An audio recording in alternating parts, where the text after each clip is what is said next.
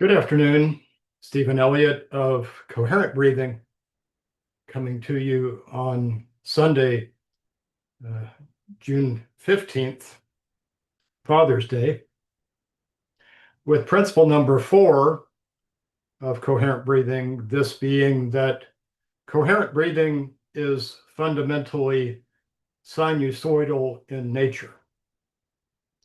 Now, many of you may have heard me say this many times and are familiar with uh, a sine wave.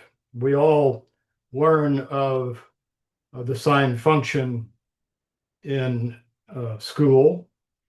And uh, basically, to create it, we can follow a point around a circle, 360 degrees around a circle, projecting that point onto a y-axis drawn through the center of the circle vertically. And by the time we're done projecting the point around the circle onto the y-axis, in time, we will have created a sine wave. This is the fundamental relationship that was found to exist between the magic circle and the sine wave. And it did not, Euclid did not discover this, surprisingly enough. It took several hundred more years for mathematicians around the world to develop trigonometry and understand clearly this relationship between a circle and the sine wave.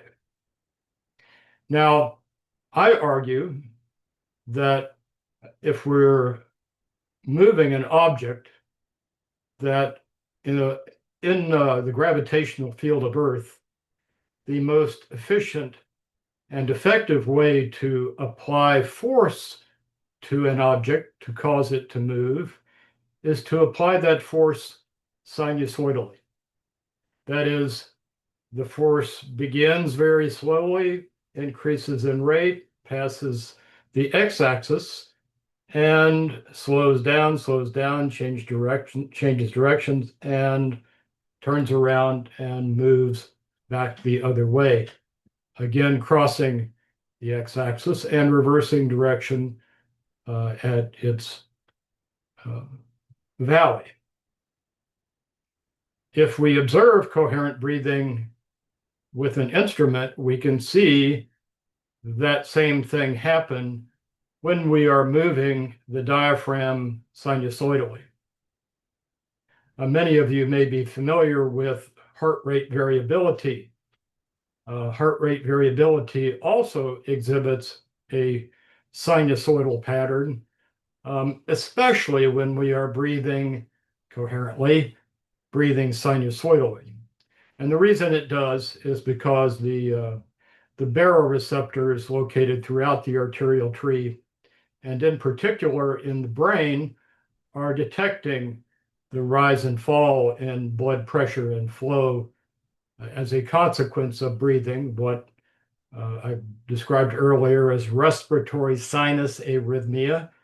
This is changes in the heart rate as a consequence of breathing. This has been known for hundreds of years and instrumented early on with before electronic instrumentation was available. So if we breathe in a sinusoidal manner, and you can find Coherent Breathing's most popular recording on the Coherent Breathing channel, showing the rise and fall of a sine wave occurring at 0.085 hertz, the nominal rate of coherent breathing, that being very, very close to exactly 5 breaths per minute. This will generate a sinusoidal rise and fall in the blood flow in the body. As we inhale with depth, we can feel as we inhale and our lungs fill and our chest expands, that we're running out of capacity to inhale any further. This is when we reach asymptote on the sine wave, and that tells us that it's time to reverse the flow. So we inhale until we're comfortably full, and we exhale until the lungs are comfortably empty. Now, the inhalation requires some effort. That's because we're needing to flex the diaphragm downward and do so in a manner where we're paying attention to the sensation, sensory and motor sensations of the diaphragm, which you may know are controlled by the phrenic nerve. The diaphragm movement and sensation is controlled by the phrenic nerve emanating from the brain. This is what's going on when we're moving the diaphragm in this sinusoidal manner. It causes the blood in the body to move in a sinusoidal manner, within a few breaths, starting to build a wave pattern in the circulation that rises in the venous tree during inhalation, filling the lungs with a volume of blood, and then rises in the arterial tree via the left heart during exhalation. Let's say an equal volume of blood leaving the lungs has entered the lungs via the right heart during inhalation.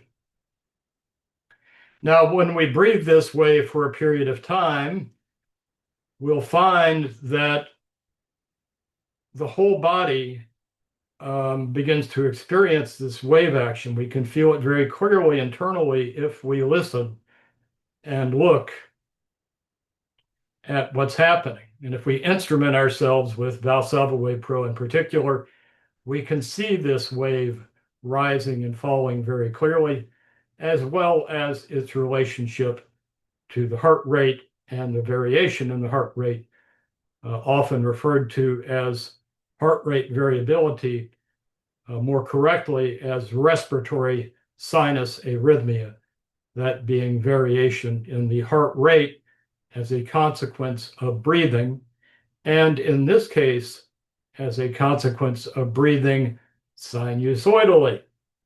So we'll see in the recording of both blood and heart rate a sine wave pattern begin to emerge.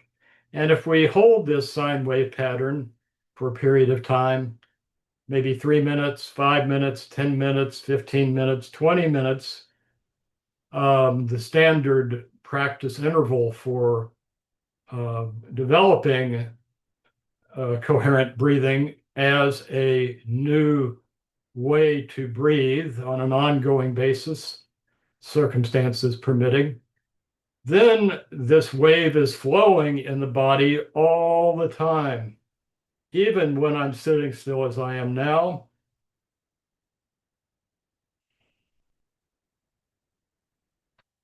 I just felt the wave propagate through my body.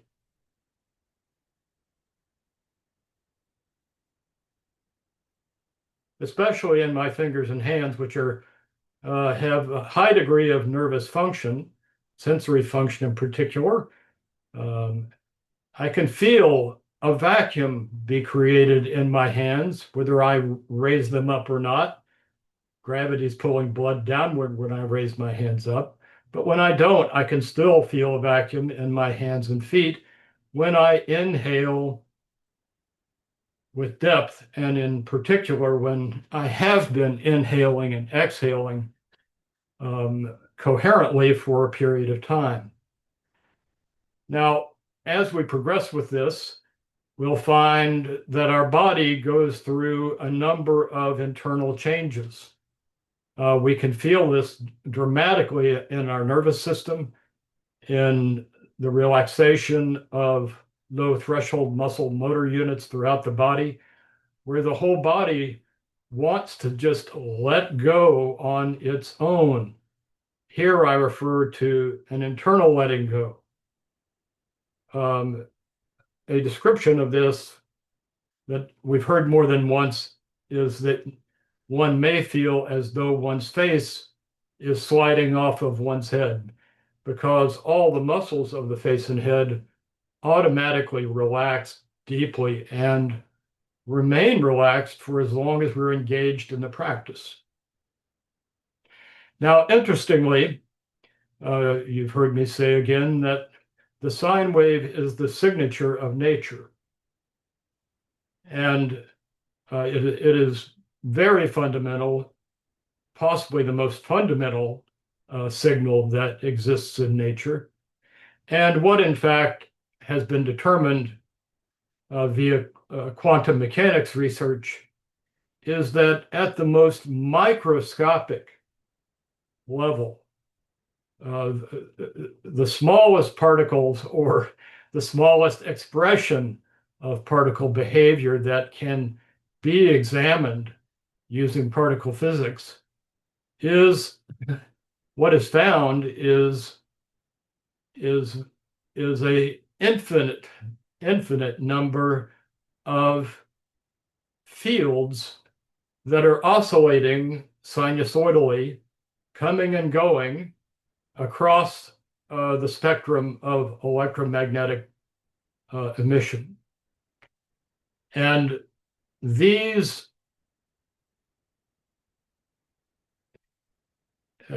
infinitesimally small fields make up the universe. Really quite a profound understanding now coming from the CERN particle collider and other quantum mechanics research, that the universe as we know it is a function of an infinite number of sinusoidally vibrating fields that come and go. As they come and sustain their vibration, they are known as being in a state of coherence. As they start to fall apart in terms of their vibratory pattern, their sinusoidal pattern, they are said to start to decohere, and eventually they disappear, having become incoherent. An interesting fact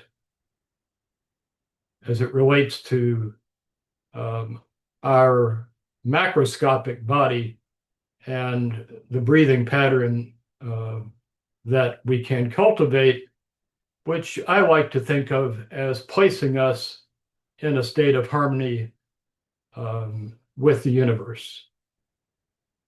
That is, the cells in our body are also vibrating sinusoidally, and the subatomic particles making up those cells are vibrating in a sinusoidal manner all the time, coming and going. And with that, I will leave you for today and hopefully see you next week. Thank you for your interest and good day.